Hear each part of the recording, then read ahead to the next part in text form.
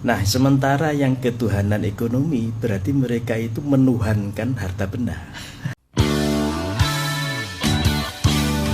Yang selalu bikin cinta hanyalah satu.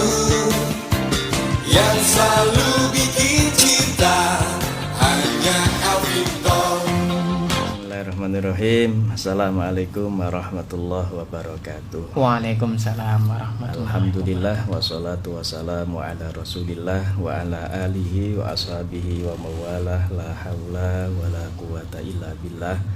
Rabbi syrah li sadri wa yassir li amri wahlul 'uqdatam bil lisani yafqahu qawli. Amma ba'du, dulur Victor yang kami hormati, kami banggakan. Alhamdulillah pagi ini kita bisa bertemu bersama, kumpul bareng, senajan gak kumpul fisiki tapi kumpul pikirane. Masya Allah. Alhamdulillah, dan ini harus kita syukuri. Nikmat kesehatan, nikmat kesempatan ini sangat luar biasa. Nah, dulur Victor, pada pagi hari ini kita akan mengkaji tentang ekonomi ketuhanan versus ketuhanan ekonomi. Nah, ini memang kita lawankan begitu karena memang biar mudah untuk kita pahami. Jadi begini, ekonomi syariah atau ekonomi Islam itu kan salah satu cirinya adalah ekonomi ketuhanan. Maksudnya apa? Bahwa di dalam ekonomi syariah, entah itu kaitannya dengan bisnis, kaitannya dengan macam-macam lah, itu pasti dan harus mengikuti aturan ketuhanan. Masya Allah. Ekonomi ketuhanan. Jadi harus mengikuti aturan yang bersumber dari Al-Quran, hadis, ijma' qiyas. Masya Allah. Dari sana. Makanya kita sering menyebut dengan ekonomi ketuhanan. Nah, sementara yang ketuhanan ekonomi berarti mereka itu menuhankan harta benda. Jadi kalau ekonomi ketuhanan itu bagaimana ekonomi ini berjalan sesuai dengan aturan Tuhan. Tapi kalau ketuhanan ekonomi yang dijadikan Tuhan. Nah, tentunya yang kedua inilah yang sangat bertentangan dengan aturan Islam. Masya Allah. Nah, kita coba yang pertama sekarang, ekonomi ketuhanan. Jadi kan begini dulu Victor, bahwa kebaikan kita itu kan ukurannya bagaimana kita bisa menghadirkan Allah dalam kehidupan kita. Bagaimana kita bisa menghadirkan Allah di segala aspek kehidupan kita. Ini salah satu bentuk keprihatinan kita, tentunya kita ya, mungkin bukan hanya dulu Victor, termasuk saya dan lainnya. Itu kadang-kadang bisanya menghadirkan Allah itu ya ketika sholat. Itu pun kadang nggak bisa.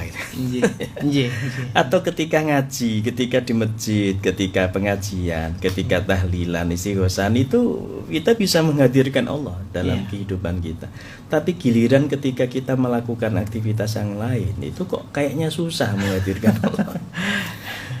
Dalam aktivitas politik kita lihat begitu mudahnya mereka saling menjatuhkan. Dalam urusan ekonomi juga begitu mudah mereka melakukan tindakan yang merugikan orang lain dan seterusnya.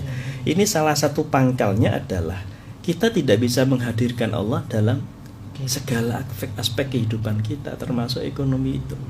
Nah, makanya ekonomi ketuhanan itu adalah bagaimana kita menghadirkan Allah dalam kegiatan ekonomi kita. Aturan-aturan Allah itu kita harus betul-betul terapkan di dalam kegiatan ekonomi kita. Masya Allah.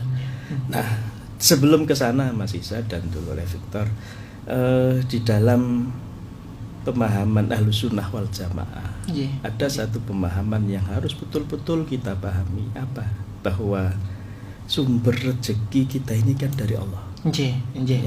Ini yang kadang-kadang sering kita lupakan karena nggak bisa menghadirkan Allah tadi. Jadi Allah itu sumber utama dan pertama rezeki kita. Ya mungkin secara zahir yang memberi uang kita adalah pimpinan kita, atau yang pedagang yang memberi uang kita ini pembeli kita. Tetapi yang menggerakkan itu semua adalah Allah. Nah, ini salah satu contoh ekonomi ketuhanan yang sering kita lupakan. Dan ini implikasinya luar biasa. Labete nang urip ya, asarnya itu ya. Pengaruh di dalam kehidupan itu luar biasa.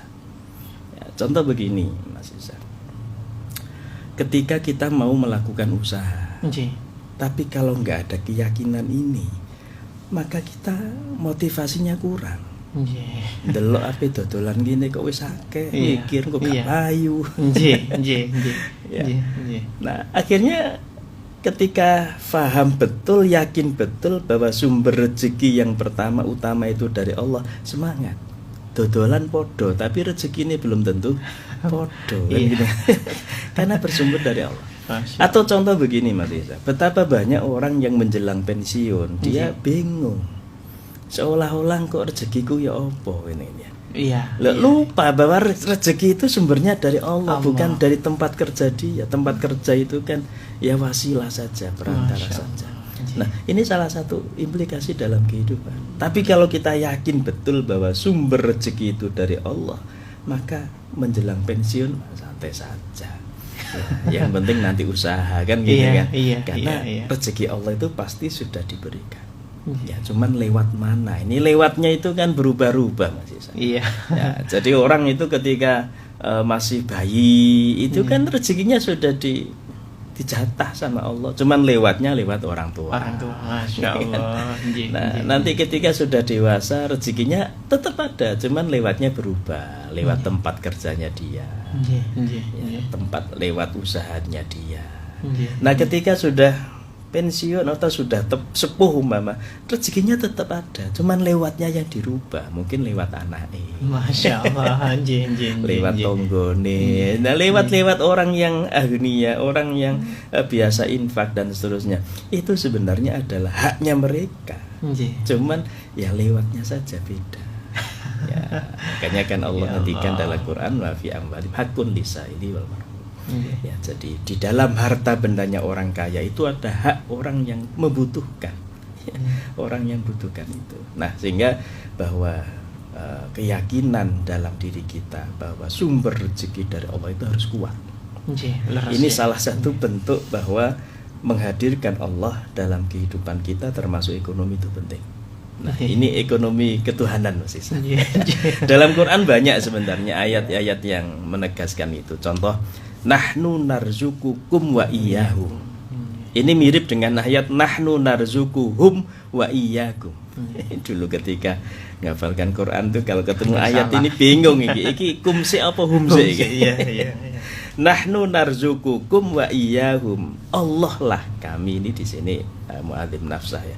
Allah lah yang memberikan rezeki pada kalian dan pada mereka. Di ayat yang lain diulangi nahnu narzukuhum wa iyyakum.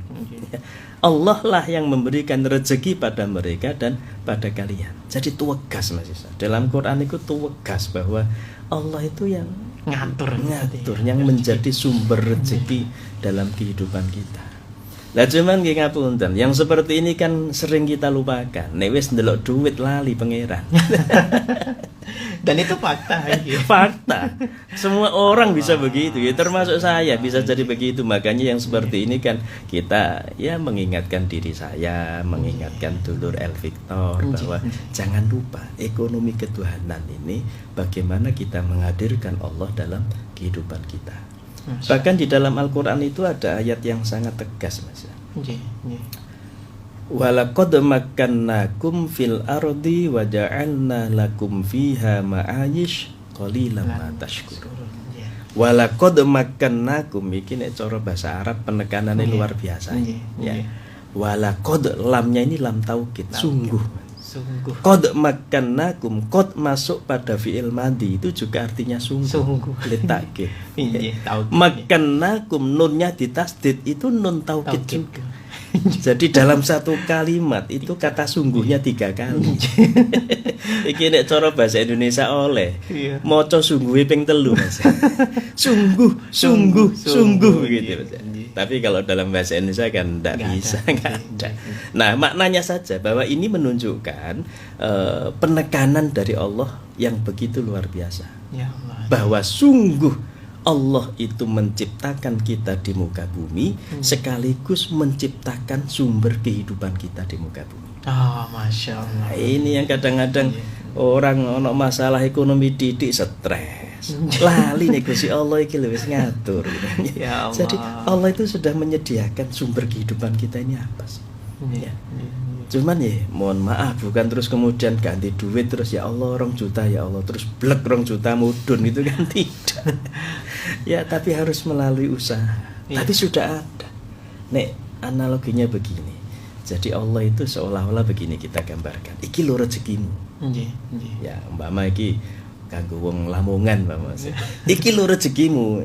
Kita bilangnya begitu di Surabaya. Iki lho rezekimu. Nggih. Lah kalau orang Lamongan tuh pengen dapat rezeki ya teko nang Surabaya.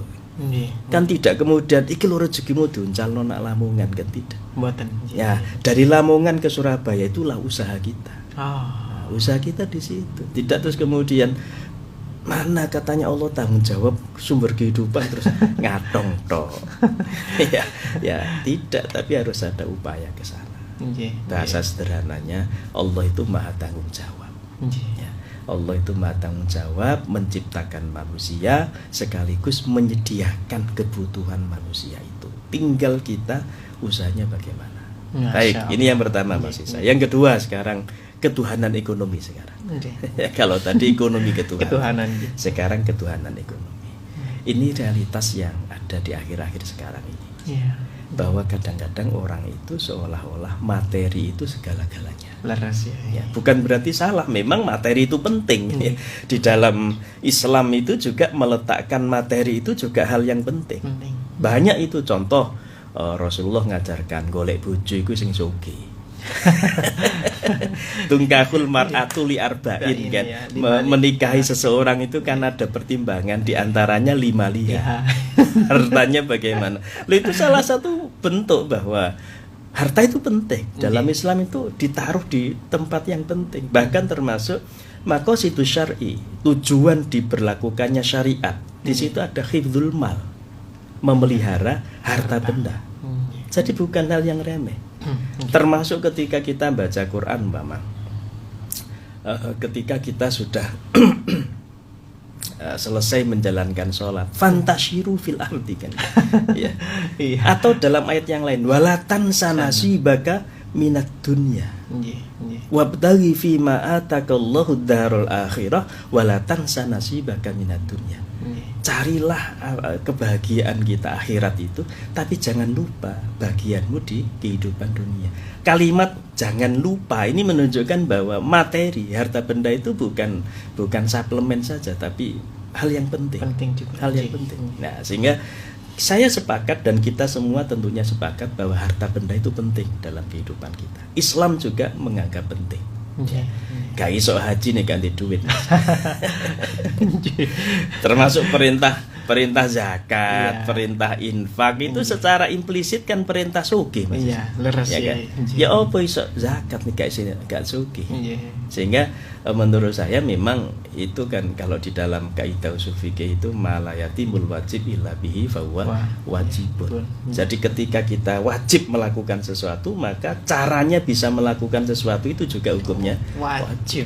zakat wajib. Berarti gimana caranya zakat? Oh sugih, berarti sugih itu Wajib bekerja. Nah, itu yang harus kita pahami. Tetapi jangan terus materi penting terus seolah-olah segala-galanya itu adalah materi. Sampai lupa Allah yang ngatur materi kita. Ya. Nah, ini yang jelas salah, bahwa seolah-olah harta benda inilah yang segala-galanya. Kalau dalam bahasa Rasulullah, ta'isa abdud dinar wa abdud dirham wa abdul khamisah. Rusak betul atau rugi betul orang-orang yang menyembah abdud dinar, itu kan hamba dinar. Ini kan menuhankan dinar berarti.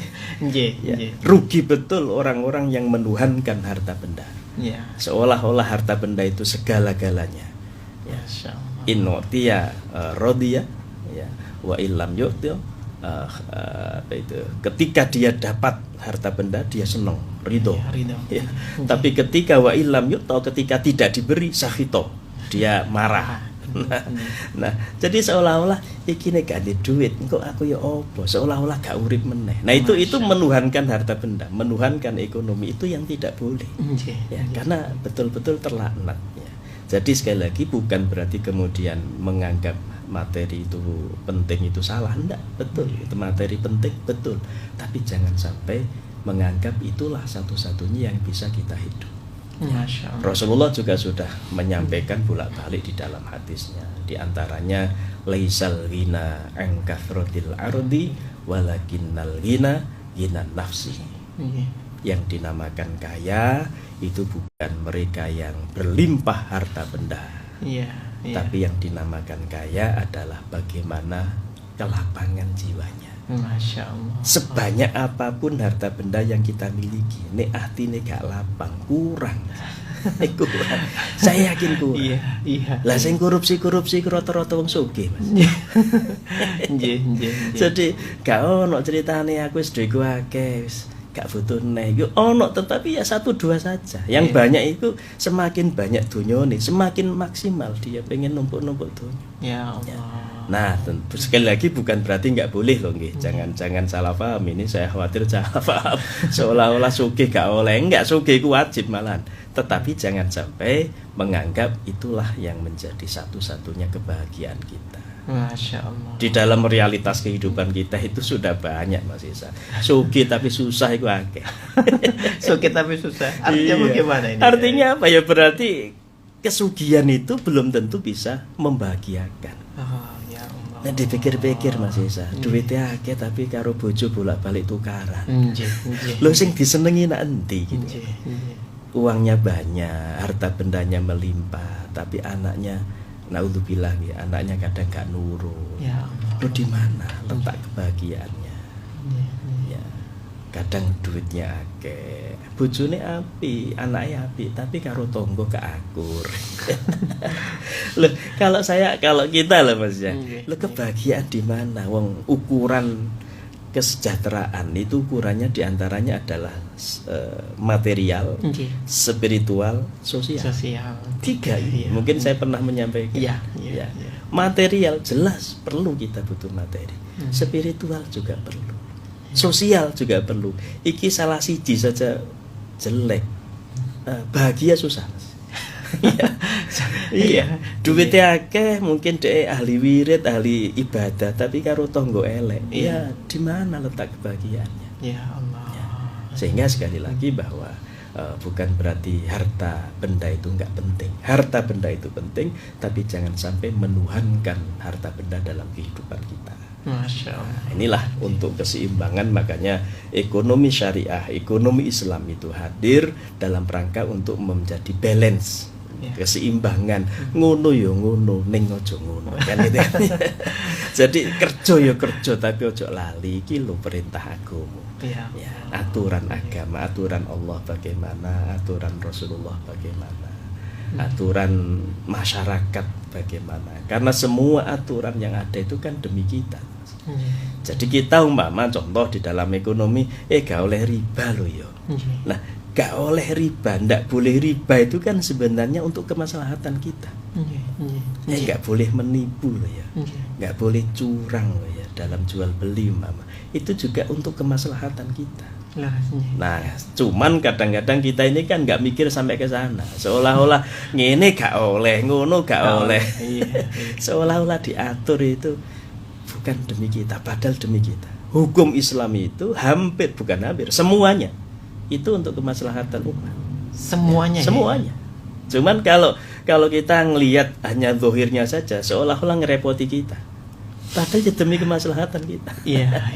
Makanya ada kaidah usul itu kan. Idza wujidat al-maslahah fa thamma hukmullah. Ketika di situ ada kemaslahatan, maka muncullah hukum Allah.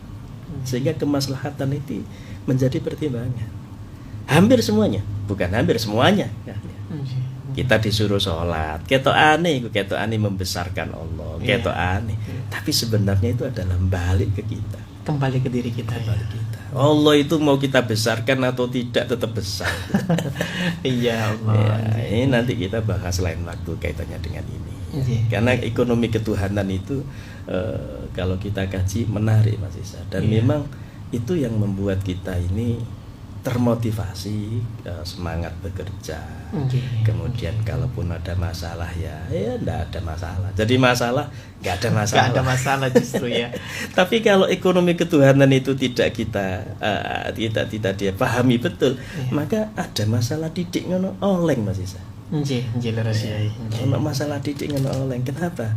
Dekingan pusat iki gak ono. Dekingan pusat Gusti Allah iki lho ya. Jadi Nggih. jadi ini yang harus betul-betul kita pahami betul, sehingga dulul efektor kita semua ini tetap bisa menikmati kehidupan. Nggih. Ya. Dan salah satunya adalah bagaimana bisa menghadirkan Allah dalam kehidupan kita. Nggih, Ya, Masya Allah. sementara begitu. Ya, baik. Ini menarik sekali ya, mengenai apa namanya itu tadi menghadirkan Allah Nggih. di dalam diri kita. Lantas bagaimana ya? Ini kita kan gini, kadang-kadang ketika waktu kita dalam posisi apa mepet, kepepet itu tadi, Nggih. ada muncul rasa khawatir. Bahkan rasa khawatir tersebut itu bisa mengganggu ibadah kita, iya kan? Terutama masalah ekonomi loh ya. Nggih. Bahkan banyak orang yang saat ini tuh karena masalah ekonomi memberanikan diri untuk mencuri macam-macam itu Nah, tadi. Nah, lantas iya. bagaimana cara mengatasi rasa kekhawatiran gitu ya dalam ekonomi? Nggih. Baik, kan begini Mas Isa, bahwa kalau dalam Quran itu kan nahnu qasamna bainahum kan begitu kan, Nggih. dalam Quran kan begitu.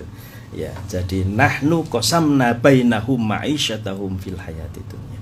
Bahwa Allah itu sudah mengatur, membagi si A ini dapat harta benda berapa, si B ini jatahnya berapa, si C jatahnya berapa, kan sudah diatur sedemikian rupa. Nah, ketika muncul kekhawatiran seperti itu, berarti pertama bisa jadi keyakinan dia yang kurang, bahwa Allah itu sudah ngatur ini dan seterusnya. Saya yakin itu Mas Isa. Tapi kalau kita punya keyakinan yang kuat bahwa Allah itu ngatur, Nggih. menghadirkan Allah dalam kehidupan kita, maka saya yakin kekhawatiran itu tidak akan muncul. Masya Allah. Makanya Rasulullah itu ketika ditanya oleh Jibril, ya Rasul, ihsan itu apa? Nggih. Kebaikan itu apa? Nggih. Jawaban Rasulullah, ihsan, kebaikan itu antakbudullah ka'annaka tarahu fa illam takun tarahu fa innahu yaraka. Ini kalau bahasa kita ya tadi menghadirkan Allah tadi. Ya, analoginya begini, orang itu bekerja kalau ada pengawasnya, bagus kerjaan. Ya kan?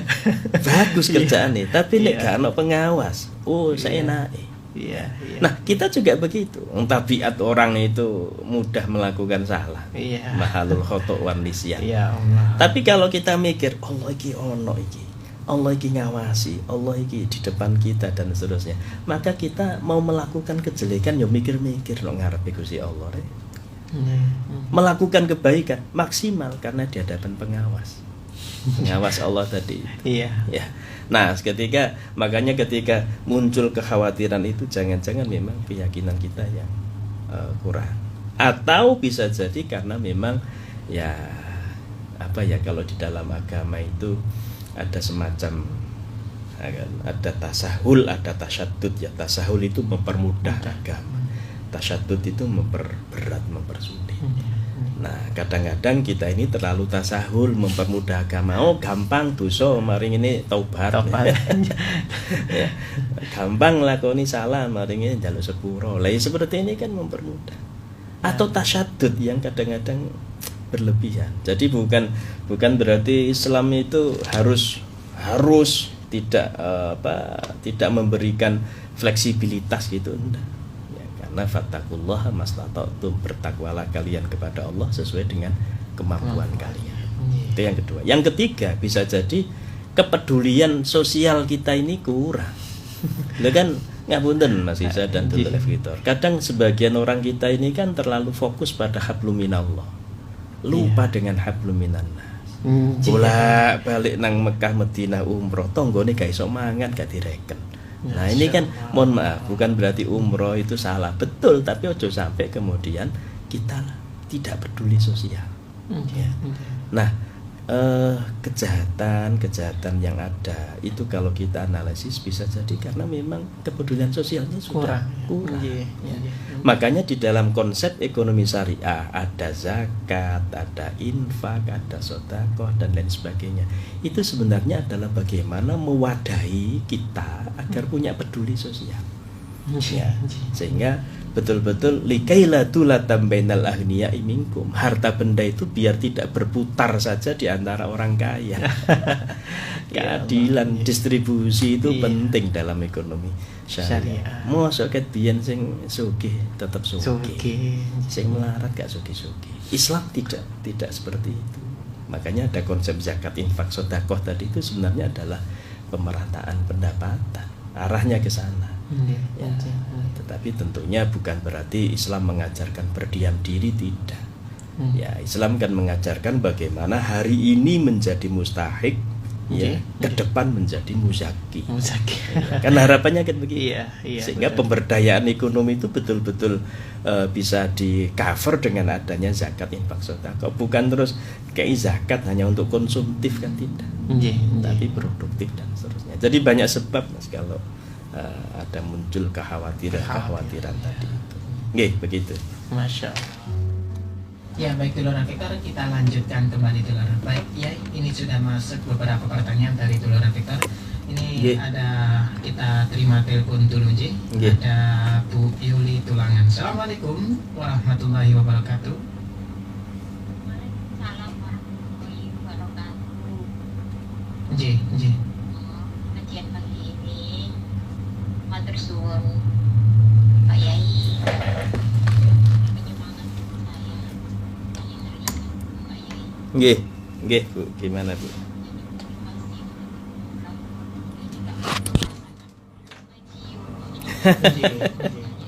Nggih. Nggih.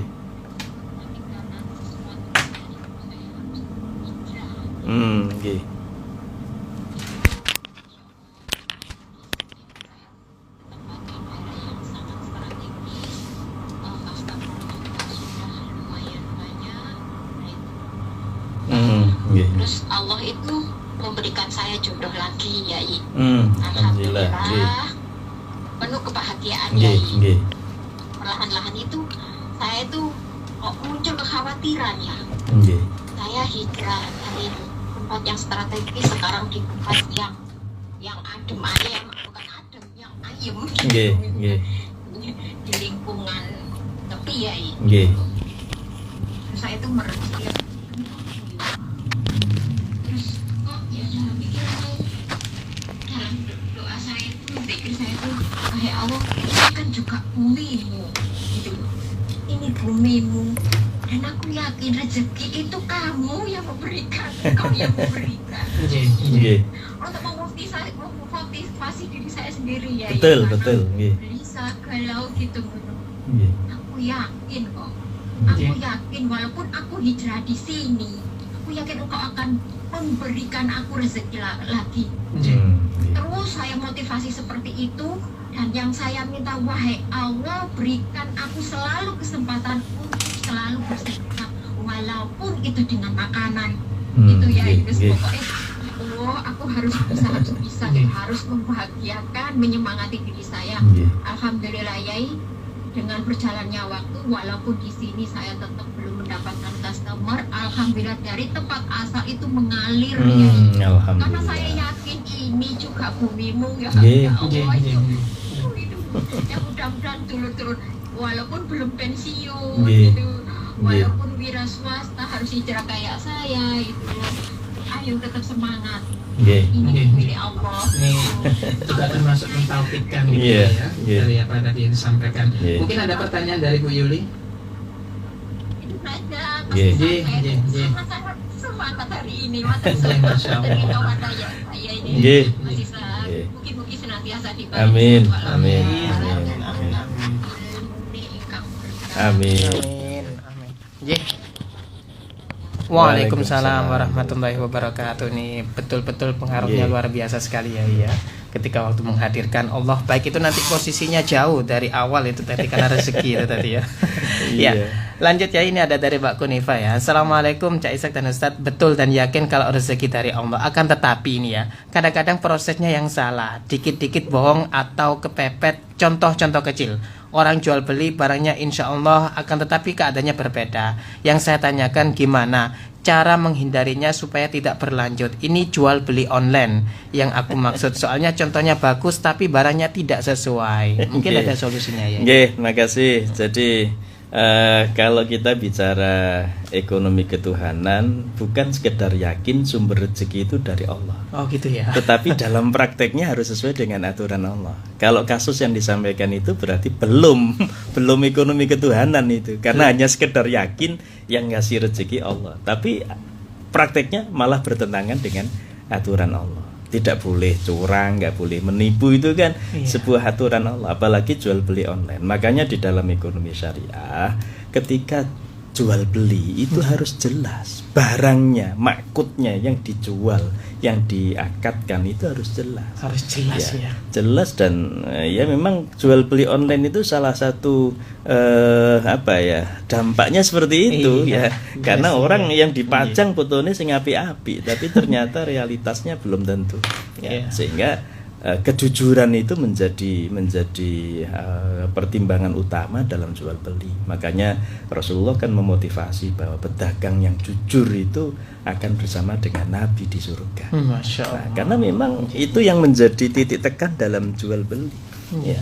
Nah, kalau kemudian dia yakin sumber rezeki dari Allah tapi ternyata caranya menipu, ya berarti itu dia belum bisa menghadirkan Allah dalam kehidupannya, terutama dalam bidang ekonomi atau bisnisnya itu.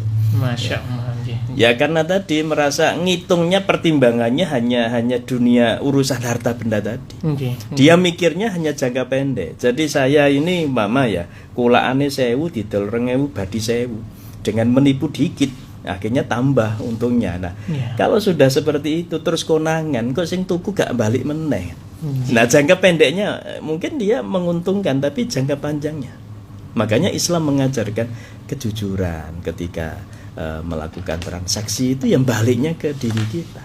Ya, karena akhirnya kan bagaimana pelanggan itu balik lagi, ya kan? Arahnya kan begitu. Kalau manajemen modern kan bagaimana memberikan kepuasan pelanggan. Repeat order itu tadi ya. Kalau orang dulu kan enggak cari untung sebanyak-banyaknya, enggak peduli balik apa enggak. Itu orang dulu. Kalau sekarang masih ada seperti itu pemahaman orang dulu. Kalau sekarang senajan untungnya didik tapi kan continue, istiqomah. Masya Allah.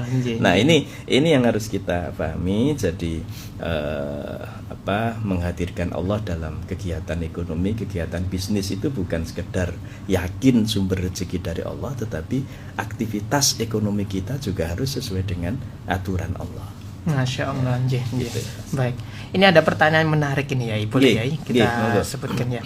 Ini tidak ada namanya. Assalamualaikum warahmatullahi wabarakatuh. Yai, ngapunten badhe tanglet, luar biasa sekali pembahasan pada pagi hari ini. Yang ingin saya tanyakan, bagaimana kontribusi dari ekonomi syariah yang berada posisinya di MUI terhadap penjualan-penjualan online yang senantiasa bersaing dengan penjualan-penjualan yang berada di pasar dan juga berdampak luar biasa. Bagaimana kontribusi para MUI ataupun ekonomi syariah terhadap pedagang-pedagang di tempat atau di pasar? Baik, jadi sebenarnya konsep ekonomi syariah ini kan sudah lama ya. Nah, karena sumbernya sendiri kan Al-Quran, sumbernya dari hadis. Tetapi kadang-kadang orang lebih mengenal ekonomi syariah ini kan baru-baru saja. Ya, mengenal ekonomi syariah, tapi prakteknya dari dulu sudah ada. Kita dari dulu di desa ada namanya paruan.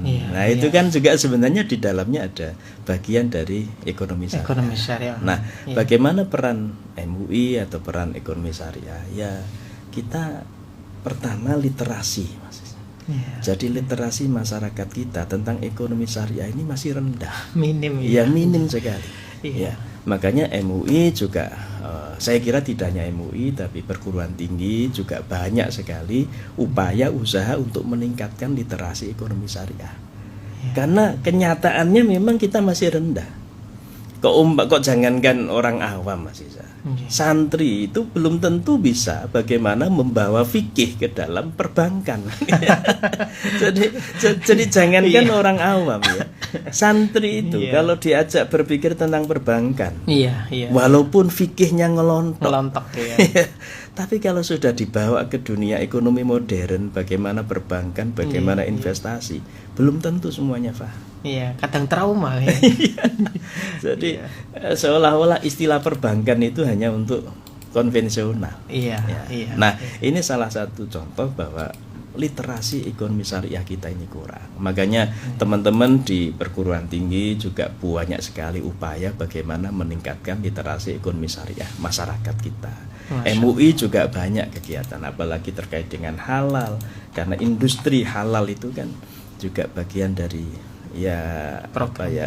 jadi literasi ekonomi syariah juga. Nah, ini salah satu kontribusi kita, walaupun kita akui masih belum maksimal. Dan ini masih berjalan. Sekali lagi ya tentunya pemahaman orang kita selama ini kan ekonomi konvensional. Sehingga ya yang sudah berjalan sekian puluh tahun, sekian ratus tahun dibandingkan yang baru kemarin sore ya memang ya beda. Tapi tetap kita harus yakin karena selama ini praktek ekonomi syariah itu sudah diterapkan, ya sudah ada di masyarakat kita, sehingga tinggal bagaimana ya meningkatkan literasi ekonomi syariah pada masyarakat itu. Masya Allah. Baik. Ya, lanjut ya. Ini banyak juga yang hadir ini, yang bertanya ya maksudnya.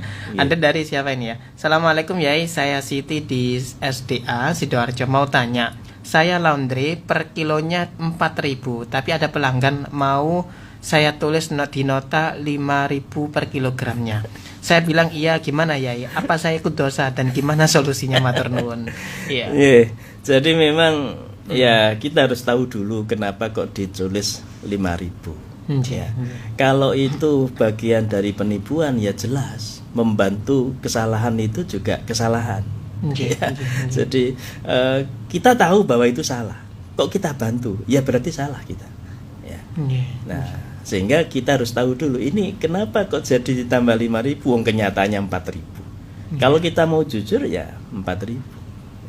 Tapi kalau kemudian ternyata 5.000 dalam rangka ini dan itu logis dan bisa diterima secara syariat, ya kenapa tidak? Contoh umpama, apa bisa loh umpama mestinya 4.000 tapi karena butuh transportnya nggak diganti dan lain sebagainya, sehingga 1.000-nya itu untuk transport. Loh kenapa tidak umpama loh secara ini bukan berarti mencari pembenaran, tetapi paling tidak kan kita berpikir secara rasional juga pada kebutuhan itu. Sehingga kalau memang itu jelas salah, kemudian kita bantu, ya kita yang bantu juga ikut salah. Karena ayatnya jelas, wa ta'awanu 'alal birri wat taqwa wa la ta'awanu 'alal itsmi wal udwan. Tolong menolong itu kebaikan. Jangan sampai kita tolong menolong dalam hal kejelekan.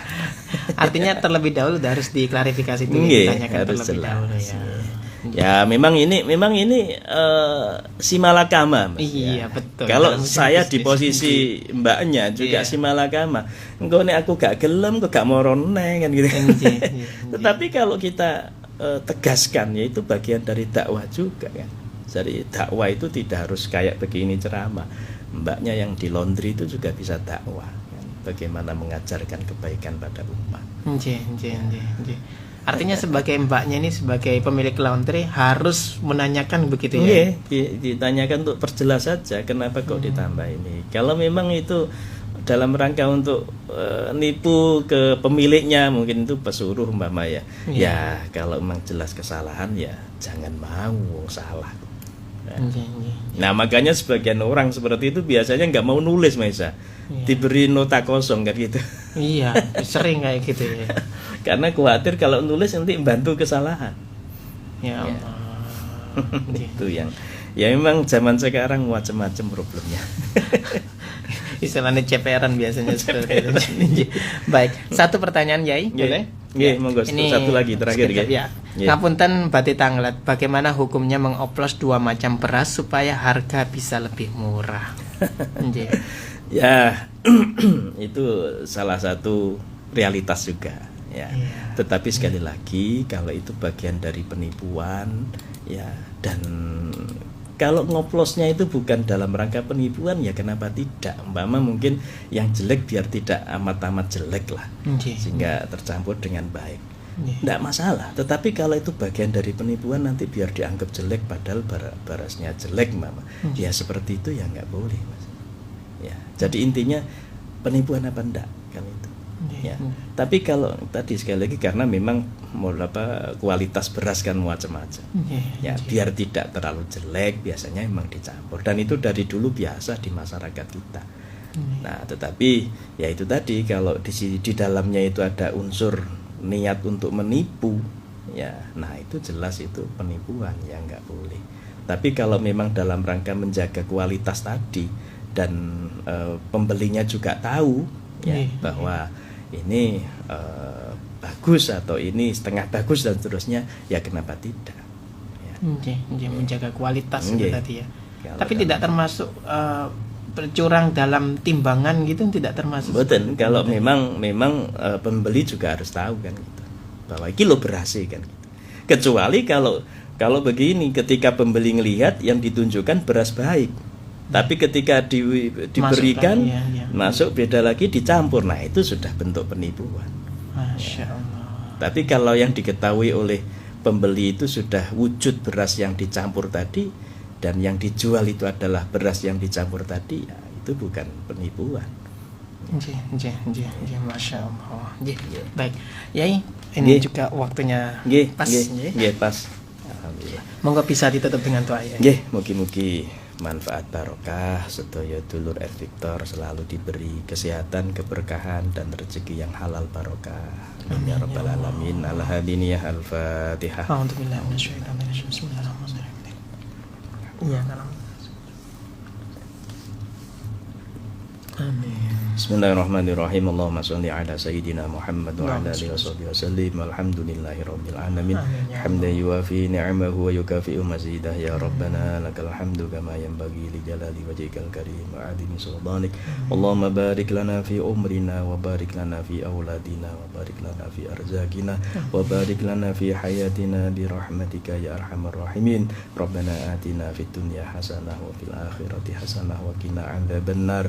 Wa sallallahu ala sayyidina Muhammad wa ala alihi wa sahbihi wa baraka wa sallam walhamdulillahi rabbil alamin. Terima kasih Yai atas ngajinya pada pagi hari ini. Wassalamualaikum warahmatullahi wabarakatuh. Waalaikumsalam warahmatullahi wabarakatuh.